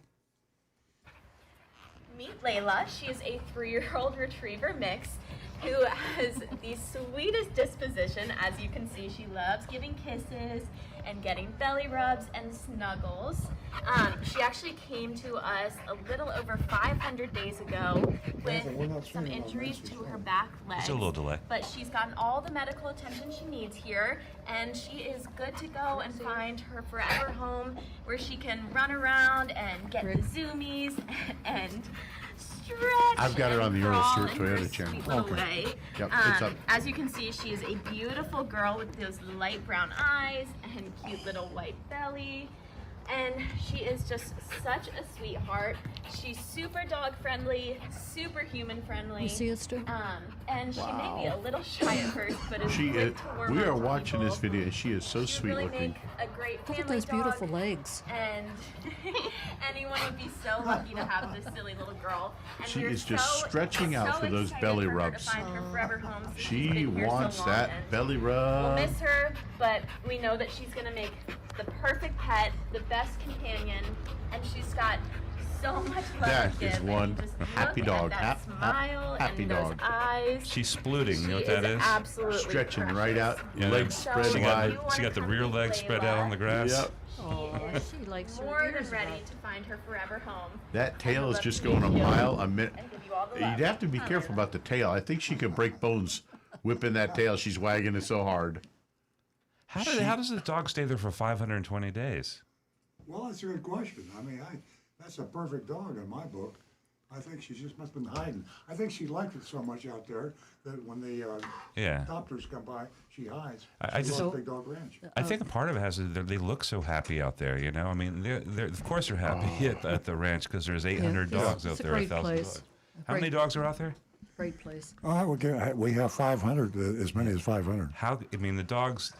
Maybe the dogs don't want to leave, but don't let that fool you. Yeah, They're we'll be doing out They there. could. I mean, I think literally, if I was a dog, I'd hide because I got a swimming pool. Yeah. They got maternity ward. They got doctors. They got nurses. I got spas. They got masseuses and Yeah. pedicurists and Isn't that nice? And we'll be out there on Wednesday, folks. So we'll answer your questions too. yeah. So Layla, real quick, I just want to say that we keep the videos up here. So if you're listening in the car or something like that, when you get home, or just look on your phone when you stop the car, go to YouTube, find Earl on Cars and watch the video, and then it's really easy to share from that point. You just hit the little share button. You can text it to people, so we can get everybody seeing Layla. 528 days is, I mean, Yeah, it's a long 520. time. But still, like Stu said, share. And remember that you can go to earlsbook.com or you can go to Amazon and you can take a look at Confessions of a Recovering Car Dealer. There you can purchase this book, and it's definitely filled with a lot of information. You can put it on the shelf and share it with your kids, share it with everyone. It's $19.99, and all proceeds go to Big Dog Ranch. Roof. All proceeds. Woof. So you not only have all proceeds going to Big Dog Sorry. Or Ranch. you can adopt Rick. You can But- adopt Rick. We don't pay the adoption fees with But you Rick. do- You're on your own with that. Yeah, exactly. But if the you adopt Layla, we pay the adoption fees. Yeah, Rick's on his own. So Layla is you're lucky enough to have all the fees paid. That's a real important part of it because it is so expensive to adopt a dog and take care of a dog today. So go to Big Dog Ranch Rescue and take a look at bigdogranchrescue.org and take a look at Layla. We are going to be going to the Mystery Shopping Report, and you're a big part of it. We want you to vote, and you can do so at 772-497-6530. And I believe that we mystery shopped Cochrane Toyota. Cochrane Toyota. Yeah, but before I read this report that Stu put together for us from Agent Lightning's. I think visit- Josh did this one. Oh, Josh did. Yeah, Okay. I know I'm beating this. Big Dog Ranch does not euthanize dogs to death, and it's very important because. And Stu asked how many dogs we have out there. We have a huge number of dogs. One of the reasons we have a huge number of dogs is because we don't euthanize our dogs. You just heard Layla been there 521 days. So it's important that we get them adopted because there's nothing else we can do. We have to keep them at Big Dog Ranch Rescue. The other shelters that euthanize dogs, yeah, they have a heart too, but they don't have the financing to keep their dogs. So the county shelters bring us the dogs, and thanks to Big Dog Ranch Rescue and the huge investment they have, they keep and maintain these dogs in style, and it costs a lot of money. And Lori Simmons is the founder of Big Dog Ranch Rescue. She spends hundreds and hundreds of millions of dollars herself out of her own pocket. And then we have contributions. So to help us make room at Big Dog Ranch Rescue, we ask you consider fostering a dog. And fostering a dog is just taking a dog for a couple of weeks until make space so we can bring other dogs in. But every day we're getting calls from Miami, Fort Lauderdale, Palm Beach County, Broward County, with dogs that are going to be euthanized, and we take them into Big Dog Ranch. So we don't have the room. So please consider fostering a dog. Even if you can't keep a dog, foster a dog for a couple of weeks, makes room for another dog to come in. Okay, now I'll get to my mystery shopping report of Cochran Toyota, and they're North Huntington is where they're located. That's near about 20 miles from Pittsburgh. I Googled it. Agent Lightning was up in the Keystone State for this week's mystery shop. Her target was Cochran Toyota, North Huntington, Pennsylvania. They have a respectable 4.6 Google rating. That's quite good. And their website promises that you will enjoy car buying your way with Expressway. A streamlined online buying process where you can complete all of your purchases from your home. That's good. That's the way buying is going. Everything's going to be online. Here's a report. I'm speaking as if I were Agent Lightning, our extremely talented mystery shopper. I arrived at Cochran Buick. I knew that would happen. That's the old Earl speaking. There was a Cochran Buick. There was a Cochran Buick here. Down here? 50 years ago. Yeah, right. And Liz Cochran was Ed Cochran's aunt.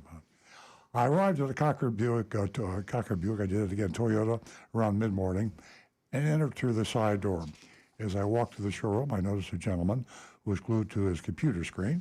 He stood up, approached me, introducing himself as Chad, asking me if there was anything he could assist me with. I inquired about a Toyota Highlander XLE I'd seen online and showed him the ad on my phone. It displayed an MSRP of $44,077 with savings of $3,042, leaving a clear-cut price of $41,035. Now, that's a pretty definite ad. First, it's got the MSRP, and that way it allows you to shop and compare that vehicle with other Toyota dealers. And then it says a savings of $3,042, and the clear-cut price is $41,035. Now, we're not sure if clear-cut is out the door, but we're going to find out. What you want is the out-the-door price. Chad pointed out to the lot and confirmed that they did indeed have the Highlander in stock. Okay, they passed the first test. It wasn't bait and switch. The car advertised was there. He kindly asked if I could wait for 3 minutes while he finished up his computer work. He was very friendly, so I agreed and took a seat. After a brief wait, Chad returned. So I agreed. Okay. He requested my driver's license and retrieved the keys. We headed outside where Chad commented on the humidity of the day. I mentioned that I was accustomed to way higher temperatures in Florida. There was nothing compared to my home. We shared a friendly chuckle and continued to the Highlander. While we walked around the vehicle, I checked out the window sticker. It matched the MSRP. So far, so good. No addendum. In the online ad of 44077, and to my pleasant surprise, there was no addendum sticker. Chad went into his presentation, was very knowledgeable. He explained that this particular Highlander was on discount due to it being a front-wheel drive model, not all-wheel drive. So remember, we're in Pennsylvania. These models were less popular in area due to snowy conditions. I told him this obviously did not concern me, being a Floridian. So we proceeded with a test drive. Upon our return, Chad asked me for my thoughts on the vehicle. I expressed my interest and asked to see what my bottom line would be. Chad assured me he would provide those details. He then asked whether I was considering buying or leasing. You're going to hear that all the time, folks. Standard operating procedure at car dealerships. I explained my flexibility with either cash or financing, depending on the terms. It's a good answer. Chad then handed me a sheet outlining financing and lease interest rates based on the different credit tiers. Well, lease, or they call them lease factors, and it's the same thing as an interest rate. Curious about paying in cash, I asked if there were any cash discounts available. A lot of people think there are, and there aren't. She asked if the pricing would be the same regardless of the payment method. Now, interestingly, we had a mystery shopping report very recently. It might have been Greco, where they said right out front, if you finance, we're going to charge you less. If you pay cash, we're going to charge you more. You rarely hear that. It's like a gas station. Yeah, right. They would need to work out the sales tax, the registration fees due to my out-of-state status. He then printed out a sheet displaying my total out the door. And again, just very simple. And the only thing they added to the clear-cut price was sales tax, and then that's where they stuck in a little bit here. Estimated registration and fees, $692. Total purchase price, $44,190. On the second page of the printout, it explained that the registration and fees were comprised of a $238 DM fee, which is a little unusual terminology, and then a confession of a $449 dock fee, which is a junk fee, and $5, which is hardly worth mentioning. That is a government fee. That's a tire fee. Before we concluded, Chad encouraged me to reach out if I had any questions and said he looked forward to seeing me again soon. So, did it match? Was the clear price was it the out the door? It was not. It was not. No, the clear cut price had sales tax, estimated registration and fees. $400 on it. Yeah, and they got a $449 dock fee. I'm just hoping the $238 DMV fee was legit.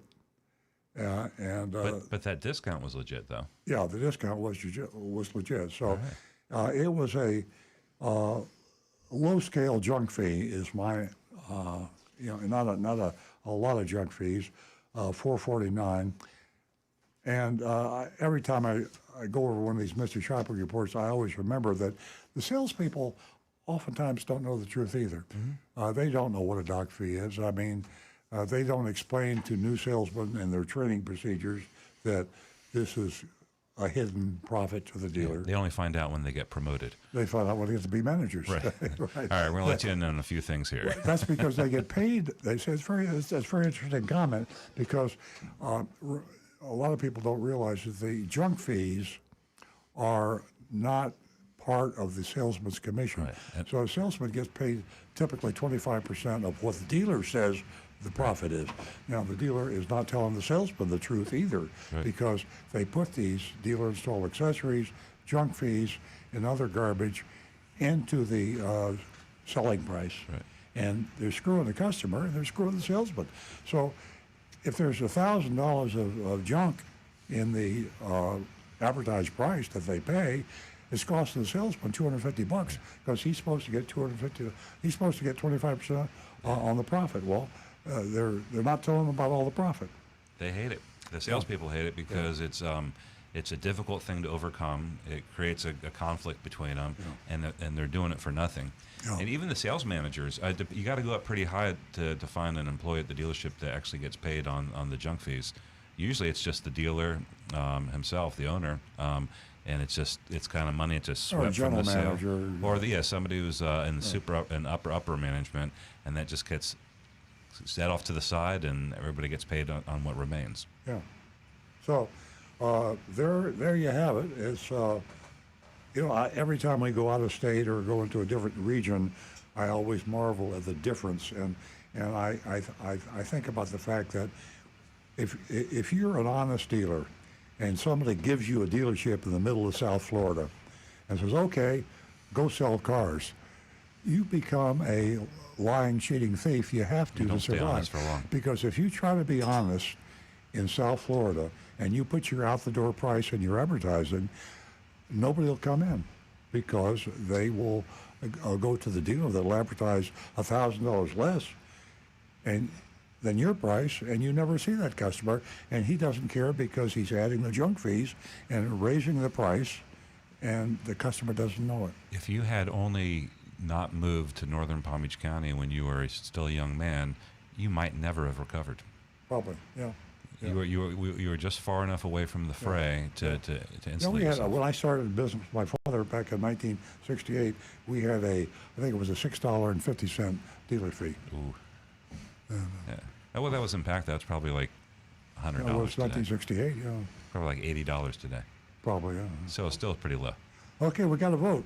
Okay, you heard it. Cochran Buick in Remember, Pennsylvania. you can vote at Cochran Buick. 772 Cochran Toyota, I'm sorry. 497-6530. Okay, let me see if I have any coming in right now. But I can tell you where I'm going right now.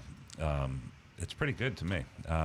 And not all of the dealers up there that we've shopped up in Pennsylvania, because now we've done quite a few in central Pennsylvania. And we had a couple of months ago, we had a few that weren't they were pretty nasty. Yeah, really good, yeah. No, most of them are good, but we had a couple of that were nasty. But we don't have a special curve for Pennsylvania. No, because we don't know the area that much. So we have the well, on its face, then my phone is taking a long time. So my grade is going to be, I'm going to give them a B plus. I think that they advertised the car. The car was there. Nothing scary happened. They have the little dealer fee, but it was really easy. B plus. If they didn't have a dealer fee, they get an A. That is a small dealer fee. I mean, or junk fee. Mm-hmm. What was it for? What? 400 and something. Yeah. When we got rid of our dealer fee, how many years ago, Stu? 2004. Yeah. So 20 years ago. 20 years ago, our dealer fee, when we had one, was $495. So Cochran Toyota is actually charging less than we did all those years ago, almost 20 years ago. Yeah. And not to mention, I forgot to mention a big discount. I mean, that's and it's not on a Corolla. Usually, you're seeing the discounts on like the kind of the bread and butter cars from Toyota. Highlander is still a pretty desired car. They do produce a lot of them, but to see a big discount on that car, it was nice to see. I mean, in this market, that's not happened yet, so we shall see. I do have text coming in. My phone is going crazy. Rick, let's jump over to you and get some grades. Okay. I've got Guy Larrabee, a solid A because of the small junk fees. One Cash says C for cheap junk fee. And Negan 1, B, junk fee. They don't like those junk fees here. Tom Steckel, B, $400 dock fee is above average from what we're used to. Otherwise, a very good experience. Joseph Kelleher, B, would have been an A except for the high dock fee. Tim Gilliland, the small junk fee drops them from an A to a B plus. Johnny Z. Fradley, A minus sounds like a good deal with the discount, even with the $4.99 junk fee. Brian Sedlatko, it's a B for me. And for myself, I think I'm going with A minus. Mm-hmm. I sounds better than a B plus. A pretty good dealership there. Yeah, I got some coming to Jonathan Del Rey. His dealership gives him a B. I'm sorry, a B plus from him. No nonsense. We got another B plus. Now my phone's going crazy again. We got 3 B pluses from my voters. Yeah. So, all right. Okay. Remember, folks, this is Cochran Toyota. They're in, I believe, Westmoreland County. That's not too far from Allegheny County, where I used to live. And like Stu said, there's been a few mystery shopping reports that have really been great out there, but the ones that are bad are real bad. So my grade this morning is going to be in A for Cochran Toyota. I really like the idea that the car was right there on the lot. I like the discounts and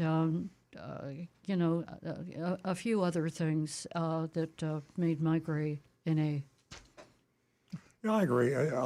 You look like a rapper. If we had a separate curve for Pennsylvania, but we don't, and I think I'm going to go with a B plus.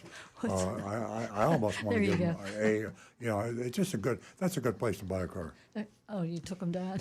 We're all doing what our dear leader was doing. So, yeah, my right ear's starting to ache.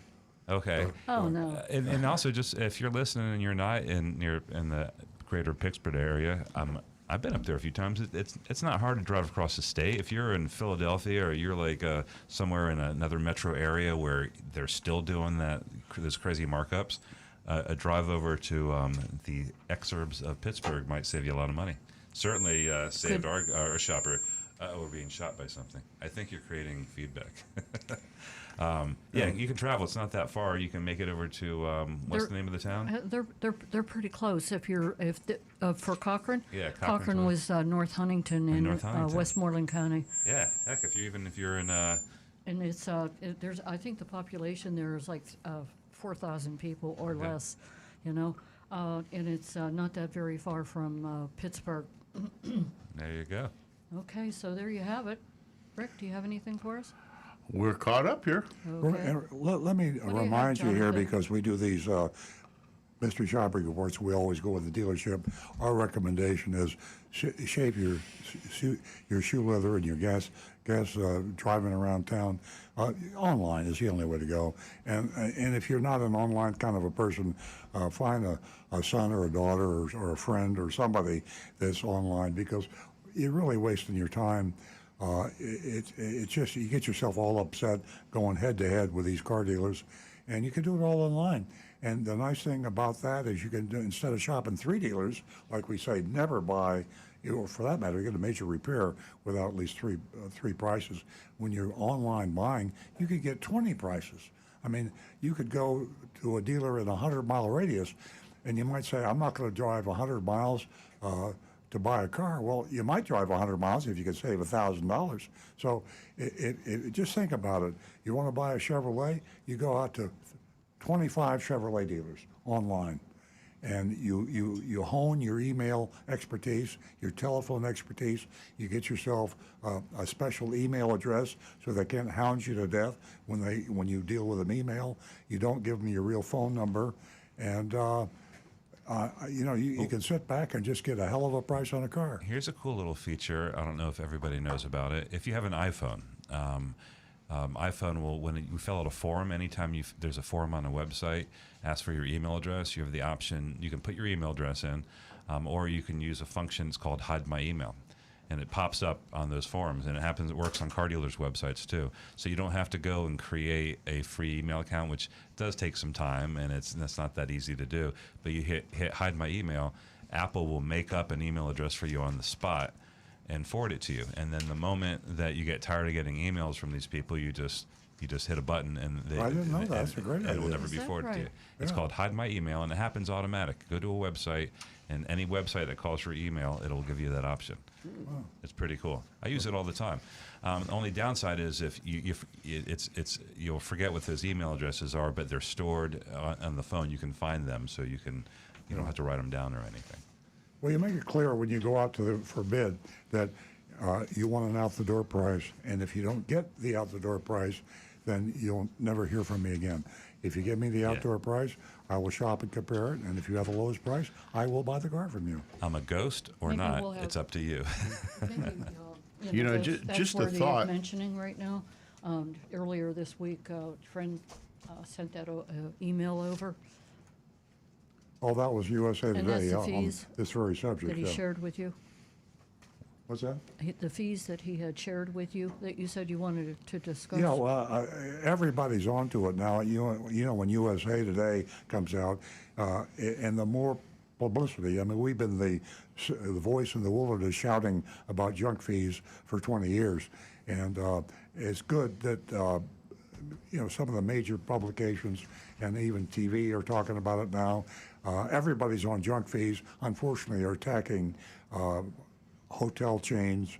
They're attacking rental car companies, and they're not going directly after the dealership. But junk fee, the reason we changed our name, our reference to dealer fees, is because junk fee is perfect, and that's what dealer fees are. They're junk fees.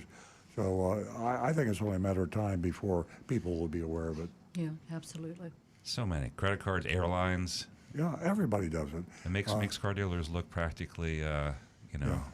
not greedy. Yeah, and the reason they exist is because the lobbying. I talk about the National Automobile Dealers Association, the state associations, even local associations. They have a Miami association, a Tampa association in Florida. So all these associations are just fund gatherers from dealers, and they are putting the money to get the people elected that will let them continue to do what they're doing. So that's the reason the travel companies are getting away with it, and the reason the rental car companies are getting away with it is because they are not prosecuted. They're not, the regulators leave them alone. But I'm feeling a change coming. Yeah.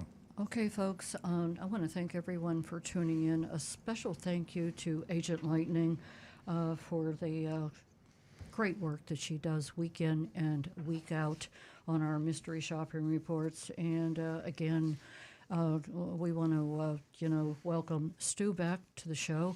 And also, don't forget Layla. Layla's waiting for you to take a look at her, and you can do that at BigDogRanchRescue.org. You can take a look at all the dogs out there, and most importantly, as Stu mentioned earlier, all the fees are paid, and that makes it more affordable to you to rescue these beautiful dogs that are out there. And you can even, when you adopt, or you can what was that? Foster. Oh, yeah. I was speechless there for a second. And I see by the clock that we have just about 5 minutes left, so I'm going to switch the mic over to the recovering car dealer. We collected a lot of information this morning, and maybe you want to share that with the audience. Well, I don't know how many folks out there are in the market for an electric vehicle. And I hate to, because Nancy and I have a Tesla. She just told me we've had it for 2 years now. Doesn't seem that long. But if you haven't considered an electric vehicle, right now, Tesla, and I'm not doing a commercial for Tesla, but we happen to love the vehicle. A lot of people love the vehicle, and they're dominating the market. It's become a political thing, and a lot of people, either hate or love Elon Musk and talk about that. But the fact of the matter is, they have cars in a full range of pricing right now.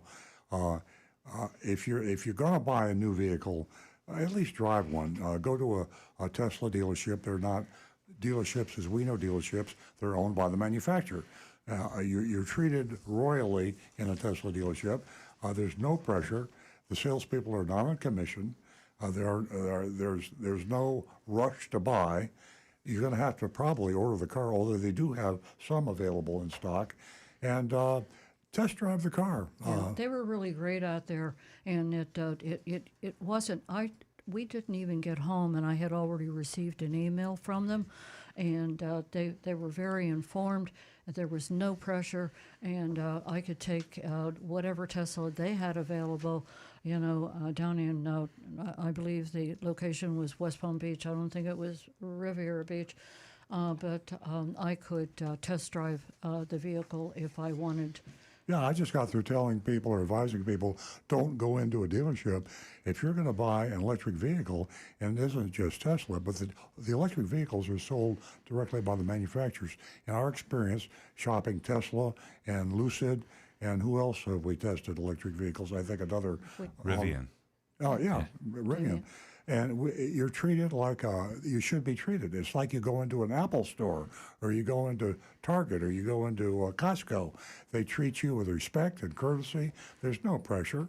And they give you the out-the-door price, and they encourage you to shop and compare. So even if you don't want an EV, go into an EV dealer just to find out how you should be treated when you go into a car dealership. Yeah, it's altogether different approach in purchasing, a Tesla, or if you want to lease, which is the best way to go. Rick?